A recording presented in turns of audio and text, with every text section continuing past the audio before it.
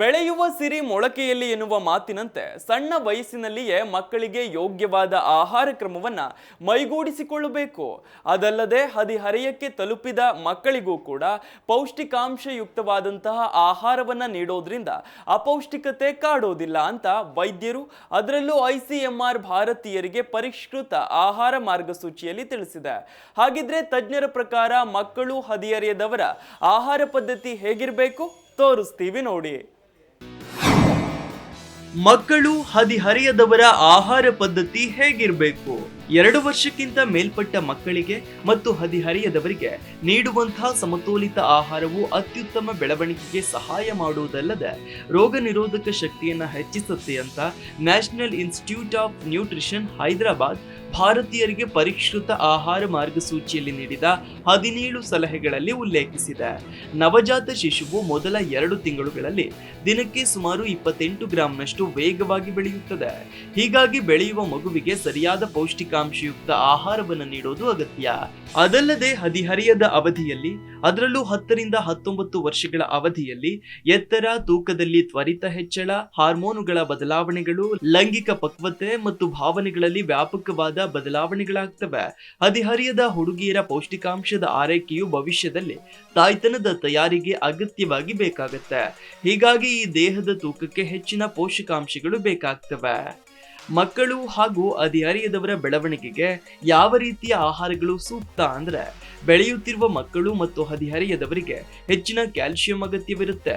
ಹಾಲು ಮತ್ತು ಹಾಲಿನ ಉತ್ಪನ್ನಗಳು, ಫಾಕ್ಸ್ಟೈಲ್ ರಾಗಿ, ಎಳ್ಳು ಮುಂತಾದ ಕ್ಯಾಲ್ಸಿಯಂ ಭರಿತ ಆಹಾರಗಳನ್ನು ಸೇವಿಸಬೇಕು.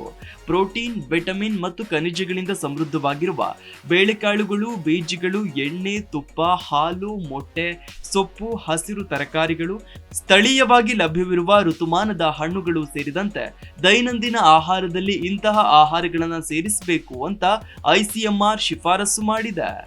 ಮುಂದುವರೆದು ಸಮುದ್ರದಲ್ಲಿ ಸಿಗುವ ಮೀನು, ಕೋಳಿ, ಮೆಂತ್ಯ ಬೀಜಗಳು, ಅಗಸೆ ಬೀಜಗಳು, ಚಿಯಾ ಬೀಜಗಳು, ತುಳಸಿ ಬೀಜಗಳು ಹೀಗೆ ಆರೋಗ್ಯವನ್ನು ಉತ್ತೇಜಿಸುವ ಆಹಾರಗಳನ್ನು ವಾರಕ್ಕೆ ಕನಿಷ್ಠ 3 ರಿಂದ 4 ಬಾರಿ ಸೇವಿಸುವುದು ಉತ್ತಮ.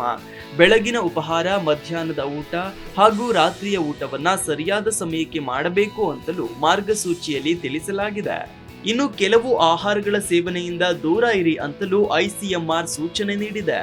ಅಂದ್ರೆ ಪ್ಯಾಕ್ ಮಾಡಲಾದ ಆಹಾರಗಳು, ಹೆಚ್ಚುವರಿ ಎಣ್ಣೆ, ಉಪ್ಪು, ಸಕ್ಕರೆ, ಬಣ್ಣಗಳನ್ನು ಸೇರಿಸಿದ ಆಹಾರಗಳನ್ನು ಸೇವಿಸುವುದನ್ನು ತಪ್ಪಿಸಬೇಕು. ಕೊಬ್ಬಿನಾಂಶ, ಸಕ್ಕರೆ ಮತ್ತು ಉಪ್ಪನ್ನು ಹೊಂದಿರುವ ಆಹಾರಗಳನ್ನು ಅತಿಯಾಗಿ ಸೇವಿಸೋದು ಒಳ್ಳೆಯದಲ್ಲ.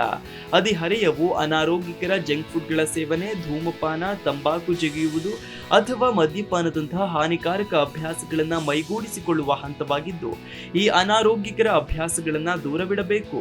ಪೌಷ್ಟಿಕಾಂಶದ ಸಮತೋಲಿತ ಆಹಾರ ಸೇವನೆಯ ಜೊತೆಗೆ ಮಕ್ಕಳು ಮತ್ತು ಹದಿಹರೆಯದವರಲ್ಲಿ ಸೂಕ್ತವಾದ ಜೀವನ ಶೈಲಿ, ಆಟಗಳು, ಕ್ರೀಡೆಗಳಂತಹ ದೈಹಿಕ ಚಟುವಟಿಕೆಗಳಲ್ಲಿ ತೊಡಗಿಸಿಕೊಳ್ಳುವುದನ್ನು ಪ್ರೋತ್ಸಾಹಿಸಬೇಕು ಅಂತ ICMR ಆಹಾರ ಮಾರ್ಗಸೂಚಿಯಲ್ಲಿ ಹೇಳಿದೆ.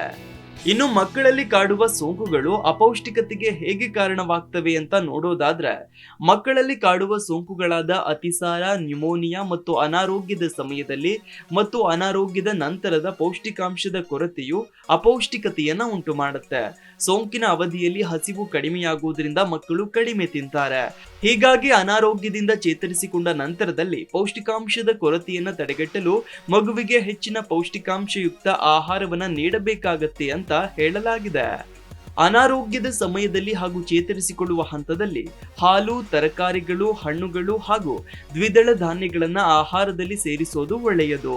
ಅನಾರೋಗ್ಯದ ಸಮಯದಲ್ಲಿ ಸಾಕಷ್ಟು ದ್ರವರೂಪದ ಆಹಾರಗಳು ಉತ್ತಮ. ನಿಶಕ್ತಿಯ ಕಾರಣ ಮಧ್ಯಂತರದಲ್ಲಿ ಸಣ್ಣ ಪ್ರಮಾಣದ ಆಹಾರಗಳಾದ ಹಣ್ಣು, ಹಂಪಲುಗಳನ್ನು ಸೇವಿಸಬೇಕು ಅಂತಲೂ ಮಾರ್ಗಸೂಚಿಯಲ್ಲಿ ತಿಳಿಸಲಾಗಿದೆ. Desk bureau, Zee Kannada news.